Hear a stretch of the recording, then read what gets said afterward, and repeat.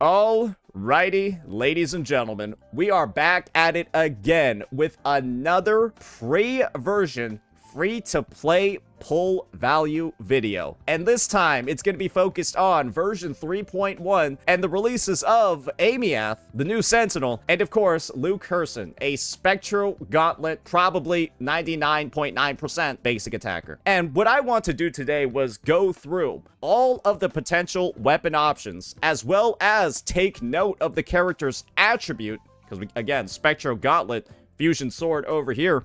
We're here to go through all the different weapon options, team options, to talk about just how free-to-play, budget-friendly these units could potentially be. Because for some characters like Luuk, we have a lot of context clues for what their entire kit is actually going to entail. And we already know some budget teammates right off the rip that they might work really well with. But we'll save that for his section, because the first unit up is going to be none other than Aemeath. So why don't we just take a quick look at this 8-second reveal from her, see what Kuro Games wants us to focus on, and then begin the discussion.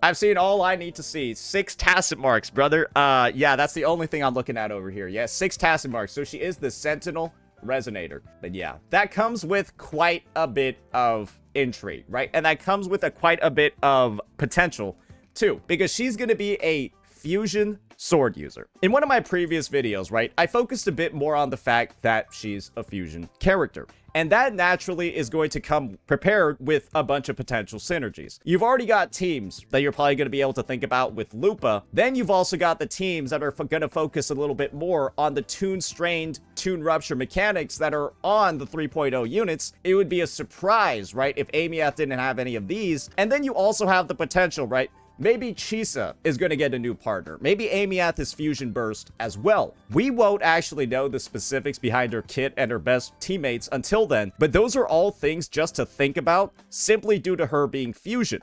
Now, let's talk about the fact that she's a sword, because that comes with it a lot more actual benefits. And let me explain to you why. The sword class in Wuthering Waves, the sword weapon type, might actually be the most budget-friendly one in the game. And let me explain it to you in this way. If you take a look at swords, you'll notice something really consistent. They seem to have almost every single type of scaling weapon, like scaling damage type, whatever, built in one form or another. Chu Yan's weapon, for example, right, gives heavy attack damage, but then also like a nice blend of regular damage stats. Then you got Kartithia's sword, which gives a shit ton of HP, but then really low attack. Then you got this one that gives resonant skill damage. Then you got this one that gives resonant skill damage as well. Basic attack here on Brance, crit rate and basic attack on this one, resonant skill damage over here, and then just general attack buffing. You'll notice that there's only one damage type represented over here that doesn't actually exist as a signature. And that could very well be the one that Aemeath uses. Liberation. There is no Liberation sword. And one of the big things about Aemeath as a character is the fact that it's literally like advertised in her kit that she, using her resonance ability, she calls forth a Mecha Scout and merges with it. I would not be surprised if she's mainly a Liberation damage dealer that summons the Mecha Scout with her Liberation and then merges with it, and then you control it and it deals damage. That probably makes sense to me. She could just easily, very easily be a scaler with these other damage types, right? But just keep that in mind. She's probably going to be Liberation. And if that's the case, well, guys, it turns out there might actually be one 4-star weapon on the roster that might be able to work with it. Because, yeah, you've got Feather Edge over here, which has kind of bad base stats, but it is one of the only weapons in the game, as a sword, that grants liberation damage. So, well, there you go. That's the one free-to-play option that's there. However, if she does have Fusion Burst, or if she does want Chisa on her team, the old Ridacita Craftably works too. And then, naturally, right, we've skipped it, but guys, it could always just be EOG as well. And there's only one real drawback over here to EOG as a free-to-play option for pretty much every single character in the game, right, that uses a sword. It gives attack on its passive stat. And like I've mentioned before in prior videos regarding Aemeath, Because of the weapon options that we see listed out over here, and the fact that pretty much every single damage type is covered in the signatures, and then you got EOG as like just the general buffer, being a sword user is typically one of the biggest buffs in this game, because you have access to EOG. And if Aemeath is an attack scaling damage dealer, then she might just be the most free-to-play Sentinel we've had. However, I've made this same argument before, and I have gotten burned with it, because you could have said the same exact thing for Cartithia, but the issue is that this character scales off of fucking HP, bro. However, this is my personal take. I don't think Aemeath can run into this issue of being an HP scaler like Cartithia. I really don't think it's going to occur, and this is the reason for why. And maybe this will give some more faith to individuals who are thinking about building her into their teams. If Aemeath doesn't scale with attack, she's not going to function with the 3.0 units. Because this Sonata set that Lene uses buffs attack to the incoming character. This Sonata set, the Halo of Starry Radiance, that Mornier uses, gives you attack to the entire team. If we're in a situation where this unit doesn't scale off of attack, great. I guess she might not have teammates with anybody at Star Torch Academy, because all of those units buff attack. That is legitimately what's going on over here, ladies and gentlemen. So from that take alone, I'm honestly of the opinion that she's probably going to be an attack scaler, that she's probably going to have these synergies, and that she's probably going to have some of the most teams available at the start of version 3.1. And the thing is that she's going to have potentially all of that stuff available, plus, and this is going to be the important part over here, a shit ton of great weapon options. Assuming she's got some scaling with attack. Assuming she's got some scaling with attack. And most people, I can imagine, see the vision over here. Because otherwise, guys, this is going to be, if she doesn't scale off of attack, do you want to know the one team that she's going to have in this game? It's going to be like some cursed team where she has like Chisa as her partner and then like one other unit that she can use. Because Chisa's the only support in the game that has no attack scaling at all. All she does is reduce defense and buff the team's attribute damage stat, right? Because, well, that's what her signature does. Those are the only buffs, right, that Chisa has built in. And so, if she doesn't scale off of attack, guys, she might be one of those one support wonders, kind of just like Cartithia, because if you're not using Chisa with Cartithia, you're using Arrow Rover, and those are the only two options that you have. And that's a little bit rough, isn't it? So yeah, that's going to be my take when it comes to free-to-play friendliness, when it comes to Aemeath. Like I mentioned before, there's huge potential if you already have existing characters on the roster to buff fusion, do all of that, maybe the 3.0 synergy as well. But like I said, you want to wait and see to see what that scaling is. Because if she's, again, not attack, there's going to be a lot more hoops to jump through than we originally thought before. And I don't want anybody getting too hasty with it, especially seeing what they did with the past Sentinel. Now, let's move on a little bit further. And let's talk a bit about the, kind of the elephant in the room when it comes to this character. And that's going to be whether or not she can actually inflict tune debuffs. I'm hoping that as like the Sentinel Resonator of the region with the 6 stars, this character can inflict and respond to both types of these tune rupture debuffs. If she can't inflict this like Lene can inflict it, I'm actually going to be very upset, because that would mean that for her to have any tune capability at all, she would need to have an inflictor on her team. And that's a bit of a restriction that I feel like the Sentinel shouldn't have. But we'll see. We'll just have to see. Now, let's move on and talk a bit about Luuk Herrsen. Because this is a character, ladies and gentlemen, where I mentioned, right, that a lot of the stuff, it's speculation with this unit. There are literally no leaks at all when it comes to, like, her scaling and stuff. So, like, nobody actually knows. There's a lot of potential for us to get burned over here and for this to actually be one of the worst free-to-play units ever. Luuk Herrsen is absolutely different. Pretty much everything about this guy, his kit design, his damage type, his Sonata set, a lot of that stuff is basically completely confirmed. And when you take a look at some of the existing new standard weapons and then line it up with the rest of the clues, he's probably going to be one of the most free-to-play friendly units in the history of the game. So let's start breaking down 100% what's actually going on over here. So when it comes to Luuk Herrsen, he's going to be a Spectro Gauntlet user. And a big thing about this guy is that he's kind of got like a fetish for gold, where at the command of his will, the energy flowing inside his body undergoes a phase transition. The blood in his palms solidifies into a blade, and his blood is made out of gold. So basically, the guy is like a blood bender who turns his gold blood into weapons. And so a gauntlet user makes a lot of sense for that, right? Because like the blood's coming out of his hand and like making swords and shit. I don't know, right? That's what he does. That's like literally his thing. He's a DPS. And the thing about Luuk is that I just mentioned the fetish for gold, right? This Sonata set is called Rite of Gilded Revelation. And what gilded means is covered in gold. If you watch Game of Thrones Season 1, Viserys gets gilded by Khal Drogo. Yeah, he gets gilded. So that's what gilded means in this context, covered in gold. And the Sonata set that's covered in gold increases Spectro damage, and then dealing basic attack damage increases Spectro damage, and with max stacks, your Liberation gains a basic attack damage bonus.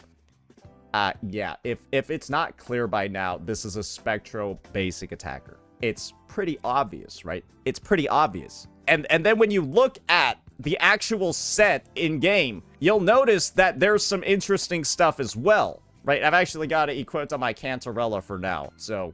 Oh, it's got a passive echo already that gives Spectro and basic attack damage bonus. Oh, and it also has a 4 cost as well. This is what I mean. Like, there is no reason why you actually shouldn't have this set ready to go on his release if, well, you actually want him, because it's all in there. So from that perspective, this is also one of the most free-to-play friendly things to grind in the game, because it's a DPS, but their entire fucking set is just there a whole month before they release. Well, there you go. You got it, bucko. And then this is the other part. You remember how I talked about standard weapons? Well, guess what you have when it comes to gauntlets. Let's take a look over here, guys. Oh, Pulsation Bracer, the new standard weapon, has amazing base stats, 587 base attack, 24.3% crit rate, 12% attack at level 1. Guys, this is the situation over here. This is almost the exact same thing as a signature weapon. It's just, it gives less of a damage bonus, and it has the condition of the enemies needing to be under Toon Strained. But guess what? Luuk is a 3.0 character. If he's not able to respond to Toon Strained or Toon Rupture, I don't know what these devs are doing. But he should be able to respond to Toon Strained or Toon Rupture. And if he can't, what the fuck is going on? And my hope is that he can actually inflict it as well. I would love if he could inflict the Toon debuffs. And if he can't, I'm gonna say it's a massive design miss. Because this is kind of the issue over here. If Luuk can't inflict, that means that if you use a Sanhua with him, then he just has no access to Toon statuses at all. Because Linné is the inflictor. And as far as I'm concerned, Linné is the only character confirmed to be able to inflict. Mornier can't. And so from that perspective, if he can't inflict, it's like, okay, great. Like, well, now you have Luuk and Mornier on the team who can both respond, but then nobody who can inflict. And it's like, well, you have the DPS, and then you also got the support, but you don't have the, what's it called? Your sub DPS needs to be the one? I don't know. It's just a little bit weird, right? So I'm hoping that Luuk and Aemeath have the ability to inflict Toon statuses in their kit. If all they can do is respond, there's going to be some issues. Because if all Luuk can do is respond, he won't be able to stack up this 6% basic attack damage bonus on this weapon. All he'll get is, well, I'm gonna be real over here. The bonuses are still really good, and he'll still be a great character. You just won't get that 24% basic attack damage bonus. But in all honesty, he should be able to inflict it himself and just stack it up by himself. Because if the universe is just going to be, hey, if you don't have Linné, none of these characters can interact with anything, I'm not gonna lie, that's some dog ass, right? We can't have 4 characters that respond and only 1 unit that inflicts. Because then then only one of your teams gets to play with Tune. Because if you have 4 units that respond, but only 1 that inflicts, what do you do with the other team? You just don't have it? Who knows? But what I know for certain is that when you can pull Pulsation Bracer for free, because it's a standard weapon, and it literally has, like, guys, when you read this effect and then you pull up, like, Blazing Justice, you're like, honestly, they look kind of comparable. It's like not over here, absolutely, right? Like, completely behind the competition, like Abyss Surges, which just looks like dog ass. This one over here looks competitive compared to the other options. And when it gives that basic attack damage bonus, the 12% attack, and all of that good stuff, right? And you know that he's a basic attacker, well, ladies and gentlemen, right? I think you're going to be eating good. However, there is one circumstance over here that I think would actually make sense lore-wise and could be something that Kuro Games actually does. Remember how I talked about things getting kind of fucked over a little bit if scalings aren't what you're expecting? Luuk has potential to be like a non-attack scaler. And the reason for that is simple. He's using his blood to make weapons. And so from that perspective, it wouldn't be that out of the ordinary if he actually was an HP scaler, because he's using his blood to deal damage. So I don't think anyone at all would be upset if that occurred. But this is also the other thing, right? That makes his team options and stuff a lot more complicated, because there's not really a lot of units in the game that buff those types of stats in that way, and it kind of requires a whole new class of sub DPS. Or you just end up like Cartithia, where you just have specialized teammates that only buff damage percent and don't actually impact your attack or heal or HP at all. Because her HP number never moves in her teams. She just gets damage bonuses from like Chacona and Rover. And like that's it, right? That's how her damage goes up. I don't think Spectro has that type of support when it comes to just buffing the raw damage. It's like these teams increase their attack to deal more damage. So this is a situation where I would really hope that this guy is not actually an HP scaler. Maybe he does consume his HP, but he's still an attack scaler. I think that'd be cool. I would actually like that. He does more damage at lower HP, but he still scales off attack. That would be good. But if he's entirely HP scaling, I don't think the infrastructure in like the game can like handle a character like that, because you don't have like a Spectro Chacona to work with him. So I think he could be really, really tremendously fucked if that's the future that's ahead for him. So yeah. What I'll say overall is that when it comes to these units, you have a very, very high level of guaranteed success for Luuk Herrsen, because you already know that Sonata set is for him. You already know that you can like pre-farm for it. You already know that the new Gauntlet is for him. It's pretty clear that he should be a reliable unit to hedge your bets on, right? To think about planning on pulling for if you need a new DPS that's going to be strong and pull weight on your account. I think you can be confident in him. Aemeath, on the other hand, brother, I'm gonna be real with you. You kind of want to wait for full details on this character. You want to see, does she have Fusion Burst? Is she going to be a Chisa teammate? Will she scale off of attack? Will she function with Mornier? Will she function in Toon teams? Will she function with Lupa? Who knows, right? But this unit being a fusion character carries with it a lot of weight, simply due to how well built out fusion is as an archetype. This is the opposite of Spectro over here, where I said Spectro's just kind of fucked because it seems like there's like no real support for it. Lupa is the fusion support, and that makes it so that any fusion character that releases in the future, you're thinking about how that impacts her.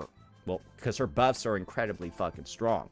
And what that means is that this unit, depending on the state of your account, could be the best free-to-play pull ever, or the worst. And it really is, again, just based off of whether or not she's got Fusion Burst, whether or not she scales with attack, and just how much she interacts with 3.0's mechanics. But yeah, the final note that I'll leave on is, once again, a quick reminder.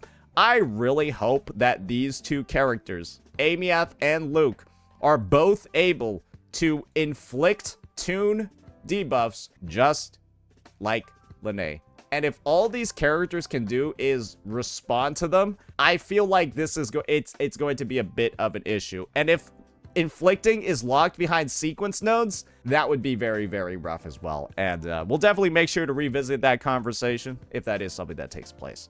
But yeah, overall, I'll say, when you know this much about the units beforehand because of what Kuro has already leaked in-game, there's a fair amount of confidence that I'm able to have. And I can safely say over here, 3.1, just like account strength-wise, you're probably going to be a lot stronger after 3.1 than you were during 3.0. Because I think we can safely say that while Lene is a strong unit, it's not like she's out there making all of your teams way better or like breaking damage ceilings and doing any of that.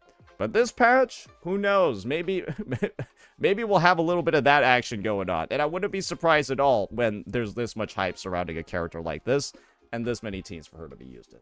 So yeah, that'll be it for this one, ladies and gentlemen. Our free-to-play value analysis. If I were to give my top pick, I'd go with Luuk for stability. But this is the Sentinel character, so she's undeniably going to be good. It's just a matter of how free-to-play friendly is she going to be while being good. Let me know what you all thought. Peace out.